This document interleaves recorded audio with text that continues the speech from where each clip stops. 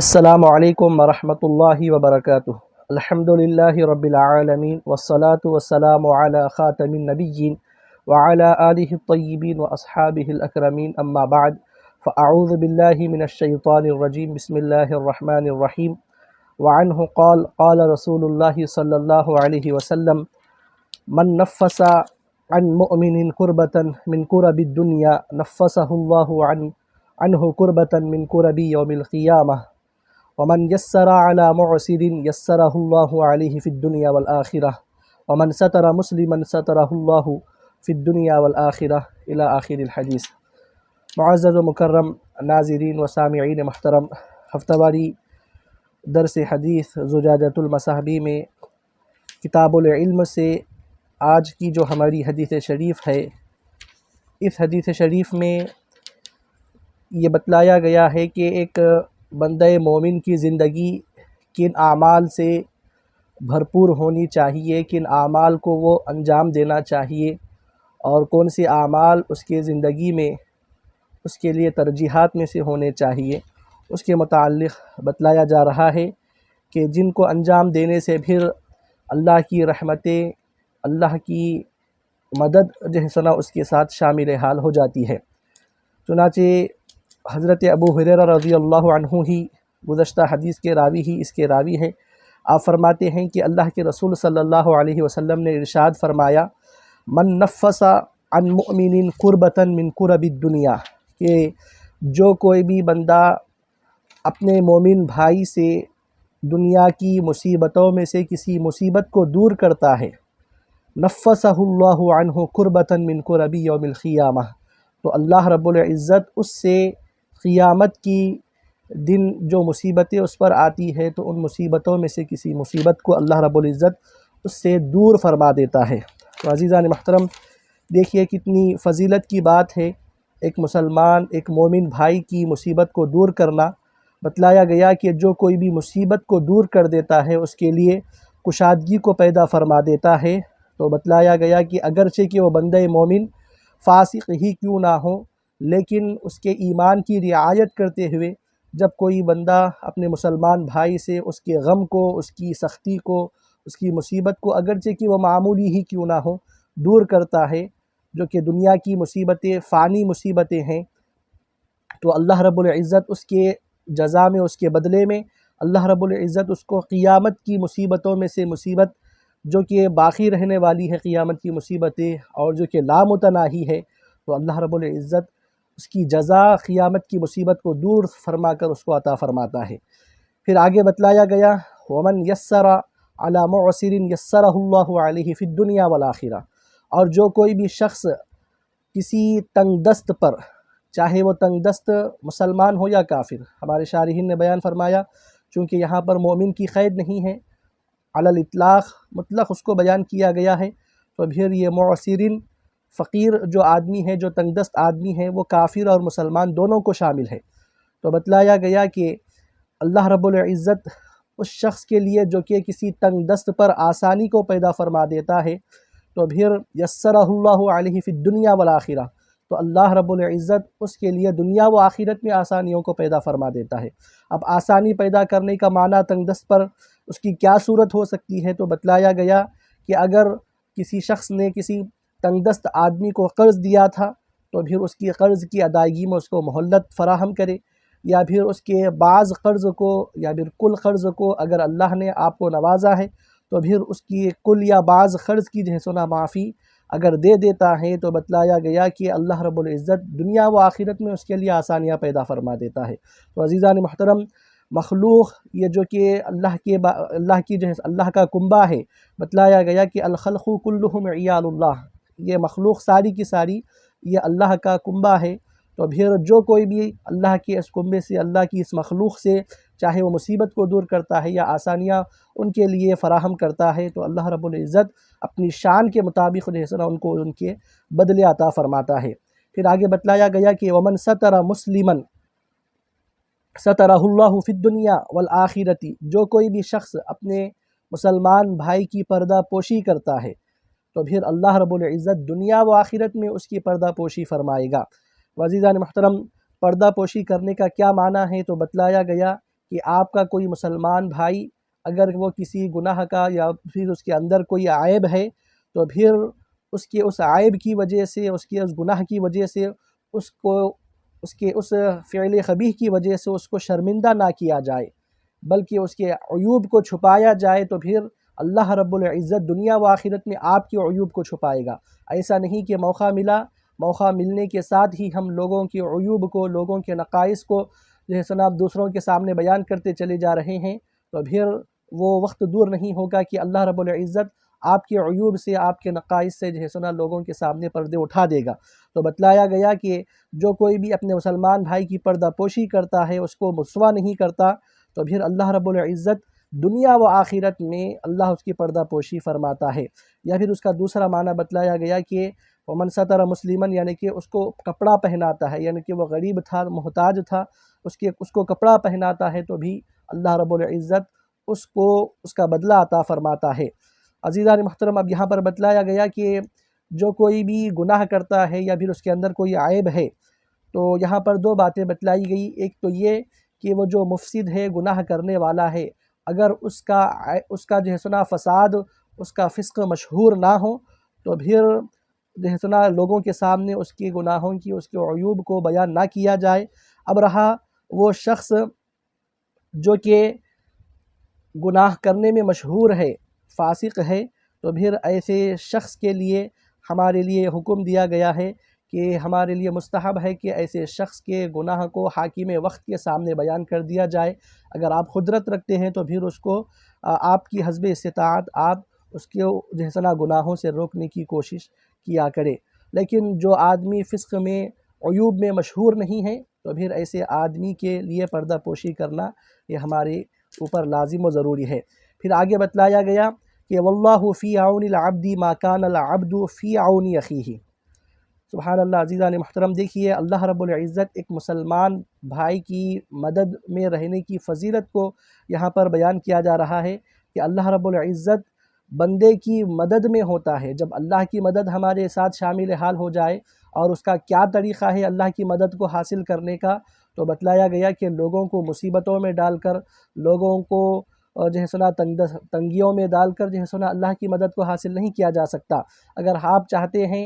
ہم چاہتے ہیں کہ ہم اللہ کی مدد کو حاصل کریں، اللہ ہماری مدد فرمائے، تو سرکار نے، حضور صلی اللہ علیہ وسلم نے ہم کو اس کا طریقہ بتلا دیا کہ اللہ رب العزت بندے کی مدد میں ہوتا ہے کہ ما کان العبد فی عون اخیہ، کہ جب تک کہ بندہ اپنے مسلمان بھائی کی مدد میں ہوتا ہے۔ تو عزیزان محترم، اس سے ایک مسلمان کی مدد کرنے کی فضیلت ہم کو ملتی ہے، چاہے وہ مدد آپ کے معمولی کام کے ذریعے ہی کیوں نہ ہو، اس کی مصیبت دور کرنے کے ذریعے ہی کیوں نہ ہو، تو پھر اللہ رب العزت آپ کے لیے جو ہے سنا مدد، اپنی نصرت فراہم، اللہ رب العزت آپ کی مدد میں ہوتا ہے۔ تو عزیزان محترم، یہاں سے ہم کو کئی ایک باتوں کی اصلاح کی ضرورت ہے کہ لوگ آج کے زمانے میں کسی کو ترقی کرتے ہوئے نہیں دیکھ سکتے۔ اگر کوئی ترقی کرتا ہے تو پھر اس کے لیے رکاوٹیں پیدا کرنے کی، اس کے لیے جو ہے سنا پردے بن کر جو ہے سنا وہ حائل ہو جاتے ہیں۔ تو دیکھیے، جب تک ہم دوسروں کے لیے آسانیاں، سہولتیں اور مدد فراہم نہیں کریں گے تو پھر ہم بھی آگے نہیں بڑھ سکتے، کیونکہ ہماری کامیابیوں کے، ہمارے ترقیوں کے راز یہی ہیں کہ ہم آپس میں ایک دوسروں کے ساتھ جو ہے سنا معاونت کا معاملہ ہم رکھیں، تو پھر تبھی ہمارے لیے آگے کی راہیں آسان ہوگی۔ آگے بتلایا گیا کہ وَمَنْ سَلَكَ طَرِيقًا يَلْتَمِسُ فِيهِ عِلْمًا سَهَّلَ اللَّهُ لَهُ بِهِ طَرِيقًا إِلَى الْجَنَّةِ، کہ جو کوئی بھی شخص ایسے راستے پر چلتا ہے، چاہے وہ راستہ قریب ہو یا پھر دور ہو، کہ یلتمس فیہ علما، جبکہ وہ اس راستے میں، اس کا جو چلنا ہے، راستے کو اختیار کرنا ہے، وہ اس کا راستے کو اختیار کرنا علم کی طلب میں ہوتا ہے، تو پھر سہل اللہ لہ بہ طریقا الی الجنہ، تو اللہ رب العزت اس کے لیے اس راستے پر چلنے کی وجہ سے جنت کی راہ کو جو ہے سنا اللہ رب العزت آسان فرما دیتا ہے۔ تو عزیزان محترم، بتلایا گیا کہ علم حاصل کرنے کے لیے چاہے اس کو قریب کا سفر کرنا پڑے یا پھر دور کا سفر کرنا پڑے، یا پھر تعلیم کے لیے یا پھر تعلم کے لیے وہ سفر کرتا ہے، یا تصنیف و تالیف کے لیے سفر کرتا ہے، یا اپنے وطن کو چھوڑ کر علوم دینیہ کے حصول کے لیے وہ سفر کرتا ہے، تو پھر ایسے شخص کے لیے اللہ رب العزت جنت کی راہ کو اللہ رب العزت آسان فرما دیتا ہے۔ اور اس سے یہ بھی معلوم ہوا کہ علم حاصل کرنے کے لیے سفر کرنا، راستے کو اختیار کرنا یہ مستحب ہے، جیسا کہ قرآن مجید میں اللہ رب العزت نے حضرت موسیٰ اور حضرت خضر علیہم السلام کا واقعہ اللہ نے نقل فرمایا۔ نبی ہونے کے باوجود حضرت خضر کے پاس اللہ نے جو علم آپ کو عطا کیا تھا، اس علم کو حاصل کرنے کے لیے آپ نے حضرت خضر کی راہ لی تھی، اور وہ واقعہ طویل ہے۔ تو عزیزان محترم، حضرت موسیٰ علیہ السلام نبی ہونے کے باوجود آپ نے حصول علم کے لیے آپ نے سفر کیا تھا۔ اور اسی طرح بتلایا گیا کہ صحابہ کرام رضوان اللہ عنہم اجمعین، تابعین کی بھی زندگیاں ہمارے لیے نمونہ ہیں کہ ایک ایک حدیث کو حاصل کرنے کے لیے کئی میل کئی دن کا سفر وہ کر حضور صلی اللہ علیہ وسلم کے دین کو اور آپ کی حدیثوں کو وہ سیکھا کرتے تھے۔ تو عزیزان محترم، بتلایا گیا کہ جو کوئی بھی شخص علم حاصل کرنے کے لیے جب وہ راہ اختیار کرتا ہے تو پھر اللہ رب العزت اس کی برکت سے جنت تک پہنچانے والا راستہ جو ہے سنا اللہ رب العزت اس کے لیے آسان فرما دیتا ہے۔ پھر بتلایا گیا وَمَجْتَمَعَ قَوْمٌ فِي بَيْتٍ مِّن بُيُوتِ اللَّهِ يَتْلُونَ كِتَابَ اللَّهِ وَيَتَدَارَسُونَهُ بَيْنَهُمْ إِلَّا نَزَلَتْ عَلَيْهِمُ السَّكِينَةُ وَغَشِيَّتْهُمُ الرَّحْمَةُ وَحَفَّتْهُمُ الْمَلَائِكَةُ وَذَكَرَهُمُ اللَّهُ فِي مَنْ عِندَهُ، کہ جو کوئی بھی قوم اللہ کے گھروں میں سے کسی گھر میں وہ اگر جمع ہوتی ہے، جہاں جو مقامات اللہ کی عبادت کے لیے، اس کے اللہ اور اس کے رسول کے ذکر کے لیے جو مخصوص ہوتے ہیں، اگر لوگ ایسے مقام پر جمع ہوتے ہیں اور وہاں جمع ہو کر یتلون کتاب اللہ، وہ اللہ کی کتاب کی تلاوت کرتے ہیں۔ عزیزان محترم، کتاب اللہ سے مراد قرآن مجید ہے، اور بتلایا گیا کہ قرآن کو پڑھنا صرف اس کے الفاظ کو دہرا لینا یہ قرآن کی تلاوت نہیں ہے، بلکہ تلاوت قرآن کے یہ آداب بتلائے گئے ہیں کہ بندے پر واجب اور ضروری ہے کہ بندہ اس بات پر بندہ جو ہے سنا وہ اپنے ذہن کو، اپنے دل کو اس طرح جو ہے سنا تیار وہ کر لے کہ وہ جب وہ تلاوت کرتا ہے تو گویا کہ وہ ایسا تصور کرے کہ وہ اللہ رب العزت کی بارگاہ میں کھڑا ہے اور اللہ رب العزت اسے دیکھ رہا ہے، اور وہ پورے خشوع و خضوع کے ساتھ اپنے دل کے ساتھ جو ہے سنا اس بات کی وہ گواہی دے کہ اللہ رب العزت اس کو دیکھ رہا ہے، اس کی تلاوت کو سن رہا ہے، اور اللہ رب العزت جو ہے سنا اس سے مخاطب ہے۔ اور اس خشوع و خضوع کے ساتھ جب وہ پڑھتا ہے تو پھر ایسے لوگوں کی تلاوت کے متعلق ہی حدیث آئی ہے، بتلایا گیا کہ جو کوئی قوم اللہ کے گھروں میں سے کسی گھر میں اللہ کی تلاوت، اللہ کے کتاب کی تلاوت کرنے کے لیے وہ جمع ہوتے ہیں، وَيَتَدَارَسُونَهُ، اور وہ اس کی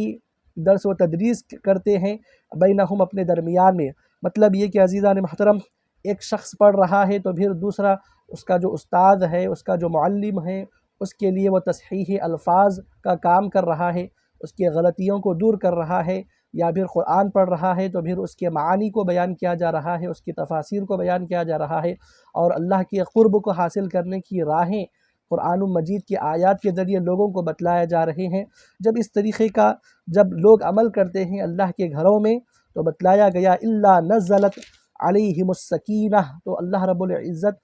کی طرف سے ان کے اوپر سکینہ نازل ہوتا ہے۔ تو عزیزان محترم، دیکھیے آج لوگ سکون کو حاصل کرنے کے لیے، اپنے دلوں کو اطمینان میں لانے کے لیے لوگ کئی کام کر رہے ہیں، کوئی ایکسرسائز کر رہا ہے، کوئی دوائی کھا رہا ہے، کوئی مختلف کام کر رہا ہے، لیکن آقا علیہ الصلوۃ والسلام نے اللہ کی رحمت اور دلوں کا اطمینان، سکینہ حاصل کرنے کا آقا علیہ الصلوۃ والسلام نے طریقہ بتلا دیا کہ جب قرآن کی تلاوت پورے و خشوع و خضوع کے ساتھ اللہ کی بارگاہ میں جب ہم اللہ کو حاضر و ناظر جان کر جب ہم کرتے ہیں تو بتلایا گیا کہ ان پر سکینہ نازل ہوتا ہے۔ اب سکینہ کیا ہے؟ تو بتلایا گیا کہ سکینہ وہ وقار اور خشیت ہے کہ جس کے ذریعے بندے مومن کے دل کو اطمینان اور سکون حاصل ہوتا ہے، اور سکینہ وہ جو ہے سنا نزول انوار، یعنی اللہ رب العزت کے انوار جو ہے سنا اس کے دل پر نازل ہوتے ہیں، اور جب وہ نازل ہوتے ہیں تو پھر اس کا دل پاک و شفاف ہو جاتا ہے، اور اس کے دل سے جو ہے سنا جو نفسانی جو تاریکیاں ہیں، جو مختلف قسم کے جو بے چین کرنے والے جو اس کے دلوں میں جو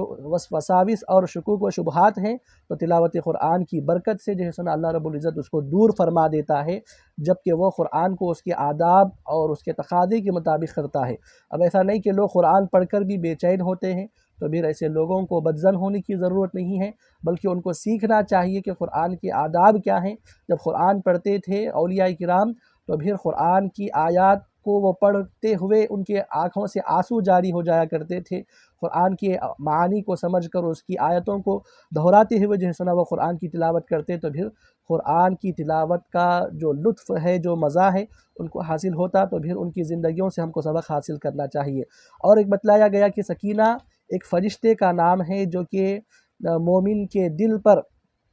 وہ جو ہے سنا سکون کو وہ لے آتا ہے اور اس کو وہ اچھائی کا حکم دیتا ہے۔ تو سکینہ سے مراد ایک فرشتے کو بھی بتلایا گیا، اور بتلایا گیا کہ وغشیتہم الرحمہ، اللہ کی رحمت کا عزیزان محترم کون طالب نہیں ہے۔ بتلایا گیا کہ قرآن کی تلاوت اس کے تقاضوں، اس کے آداب کے مطابق کرنے والوں کو اللہ کی رحمت گھیر لیتی ہے۔ وحفتہم الملائکہ، اور اللہ کے جو فرشتے ہیں ان کو وہ گھیر لیتے ہیں اور ان کے ارد گرد وہ جو ہے سنا دائرہ بنا لیتے ہیں، اور جب وہ بندے قرآن کی تلاوت کرتے ہیں اور اس کی جب وہ درس و تدریس کرتے ہیں، تو پھر وہ فرشتے اس کو سنتے ہیں، اور وہ فرشتے آفات و بلیات سے جو ہے سنا ان کی حفاظت فرماتے ہیں، اور وہ فرشتے ان سے مصافحہ اور معانقہ بھی کرتے ہیں۔ تو عزیزان محترم، یہ تلاوت قرآن خشوع و خضوع کے ساتھ کرنے کی فضیلت و برکت ہم کو بتلائی گئی۔ تو الغرض اللہ رب العزت جب کسی کے لیے تلاوت جو کہ اللہ کا ذکر ہے، اس کو جب وہ بندے کرتے ہیں، اللہ کا ذکر کرتے ہیں، تو ذکرہم اللہ فی من عندہ، تو اللہ رب العزت بھی ان بندوں کا ذکر ان لوگوں کے سامنے کرتا ہے جو کہ اس کے پاس، یعنی کہ ملأ اعلیٰ میں، جو اللہ رب العزت کے پاس جو طبقہ اولیٰ والے جو اللہ کی جو فرشتے ہیں، اللہ رب العزت ان کے پاس جو ہے سنا ان بندوں کا ذکر کرتا ہے جو کہ اللہ کے ذکر تلاوت قرآن میں مشغول رہا کرتے ہیں۔ پھر آگے بتلایا گیا کہ وَمَن بَطَّأَ بِهِ عَمَلُهُ لَمْ يُسْرِعْ بِهِ نَسَبُهُ، کہ جس کسی کو اس کا نسب جو ہے سنا جو ہے سنا دور کر دیتا ہے، تو لم یسرع به نسبه، تو جس کسی کو اس کا عمل جو ہے سنا دور کر دیتا ہے، تو پھر اس کو اس کا نسب جو ہے سنا وہ اس کا نسب جو ہے سنا اس کے لیے تیزی کو نہیں لے آتا۔ یعنی عزیزان محترم، جو کوئی بندہ مومن، اس کا مطلب یہ ہے کہ اعلیٰ نسب ہونے کے باوجود بھی اگر کوئی بندہ مومن اعمال صالحہ میں کوتاہیاں کرتا ہے اور اپنے نسب پر تکیہ کر کر وہ جو ہے سنا تقوی اور طہارت والی زندگی کو اختیار نہیں کرتا، تو بتلایا گیا کہ جس کسی کو اس کا عمل پیچھے کر دے گا، تو پھر درجہ سعادت کو پہنچنے سے، تو پھر ایسے شخص کو اس کا نسب جو ہے سنا اس کے نسب کی وجہ سے اس میں تیزی نہیں آئے گی۔ مطلب یہ کہ اس کا نسب درجہ سعادت تک اس کو نہیں پہنچا سکتا، کیونکہ اللہ رب العزت کے نزدیک سعادت اور اس کا قرب پانے کا جو معیار ہے، جو کسوٹی ہے، وہ تقوی ہے۔ اسی لیے اللہ نے فرمایا کہ ان اکرمکم عند اللہ اتقاکم، یقیناً تم میں سب سے زیادہ متقی وہی ہے جو تم میں سب سے زیادہ، اللہ رب العزت کے نزدیک